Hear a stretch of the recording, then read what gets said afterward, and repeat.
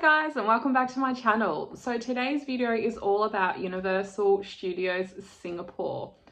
We absolutely had the best time at Universal Studios Singapore, and I feel like I'm going to be saying Universal Studios Singapore a lot.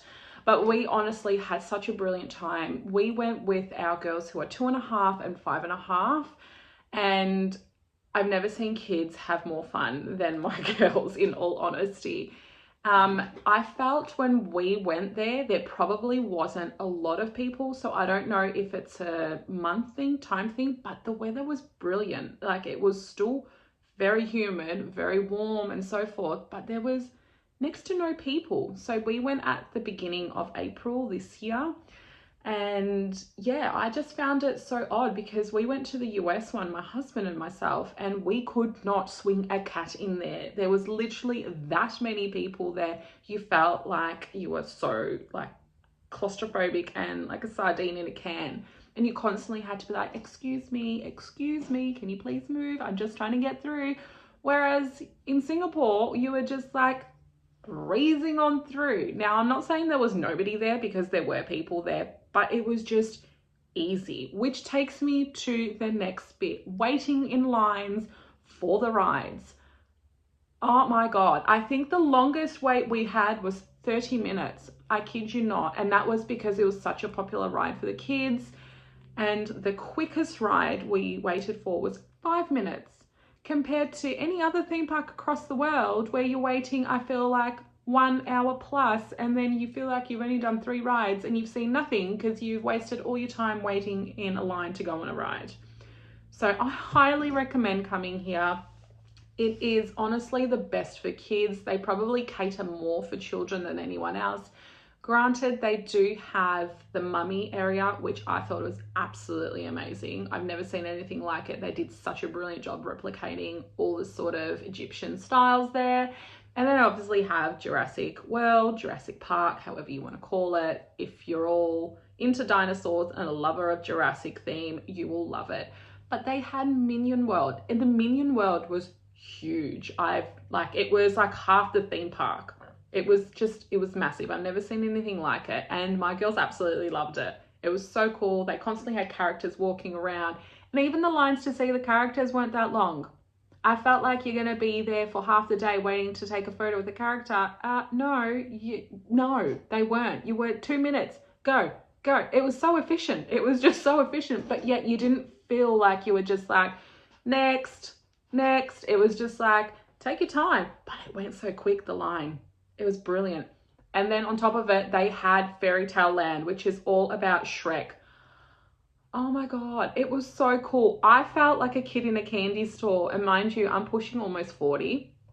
And I was just like, this is so cool. Like, I've never experienced anything like this before, yet I have in America, which is so weird. But yes, you will love it. Like, they did have one area closed when we went, which was the water area. I was so disappointed about that because my girls absolutely love all water things. So that was probably the only thing, and that's on me for not checking online if there were any things closed for maintenance during the time we went. So I would highly recommend, before you book anything, just check what the sort of maintenance times are, because it was the whole water theme park area was not like out for maintenance. And I believe it was the other one where they do like all the stunts.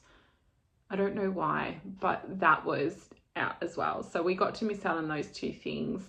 The food, the souvenirs were surprisingly cheap there. I thought they're going to be ridiculously expensive. Like when I went to the US over 10 years ago, and we went to Harry Potter World, and I bought a Hermione wand and spent 120 Australian dollars on a Hermione wand because it was the coolest thing I've ever seen in my life. Whereas when we went here, I bought a t-shirt and a gift for my nephew, and it was pretty much for my nephew, my niece, and my daughters. Each all got a t-shirt and like a little gift, and I felt like I just spent under $200 there, Australian dollars, mind you, which was just ridiculous. Like, I know our Australian dollar, for example, is not well placed against the Singapore dollar. It's not bad, but it's just like, if you're buying something for $30 Singapore dollars, it'll probably be around 35 Australian dollars, so it's not terrible. but I felt the pricing was absolutely amazing. It was not expensive. The food was so good as well. It wasn't like your cheap, tacky, all you're going to get is deep fried food. Like, it was cuisine style. You could get anything from literally pure Singaporean dishes to Indian to, yeah, you'll get your westernized food, but your westernized food isn't just going to be chips and nuggets.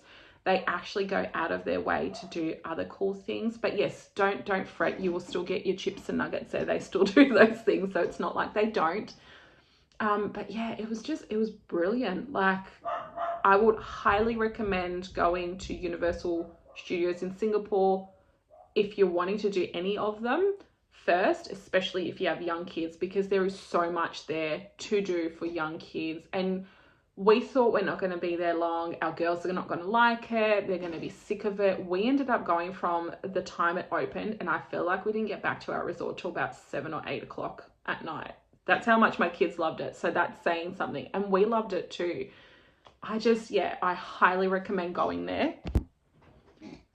Now, getting to Universal Studios was a little tricky for us. And it's not because of getting there from our resort to where we were dropped off. It's when we got dropped off, trying to find our way to the actual Universal Studios, which was the tricky part. So we stayed on Sofitel.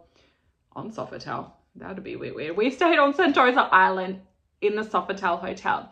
We had a resort shuttle bus from there, which took us to the entrance of the casino.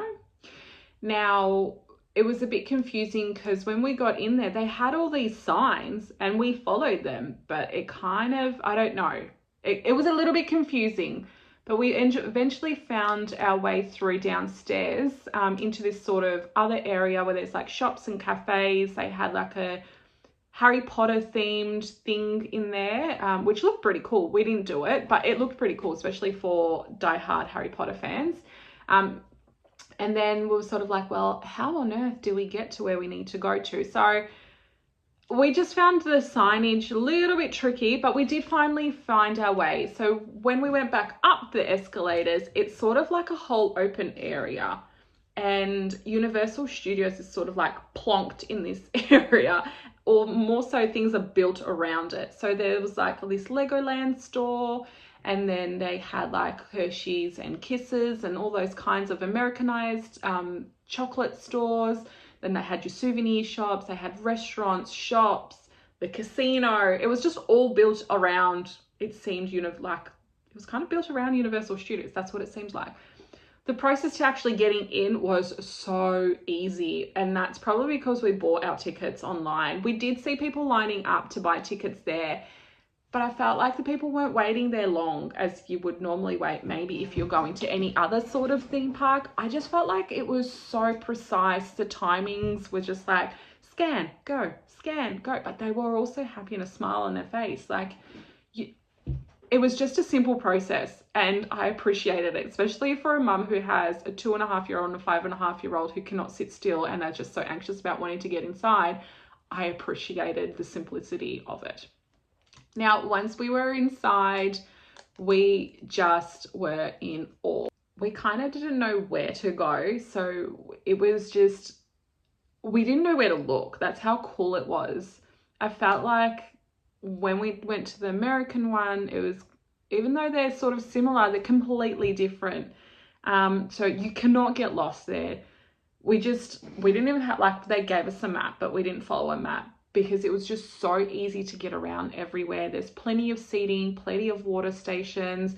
And my personal favorite thing, because I struggled everywhere else, they had proper change tables for kids that still are in nappies. So I was so excited about that, which is a weird thing to be excited about. But if you've ever been to Singapore or any other Asian country and you're in a shopping center or anywhere else and you're trying to find a change table, it's very hard. So I was very happy when I saw that.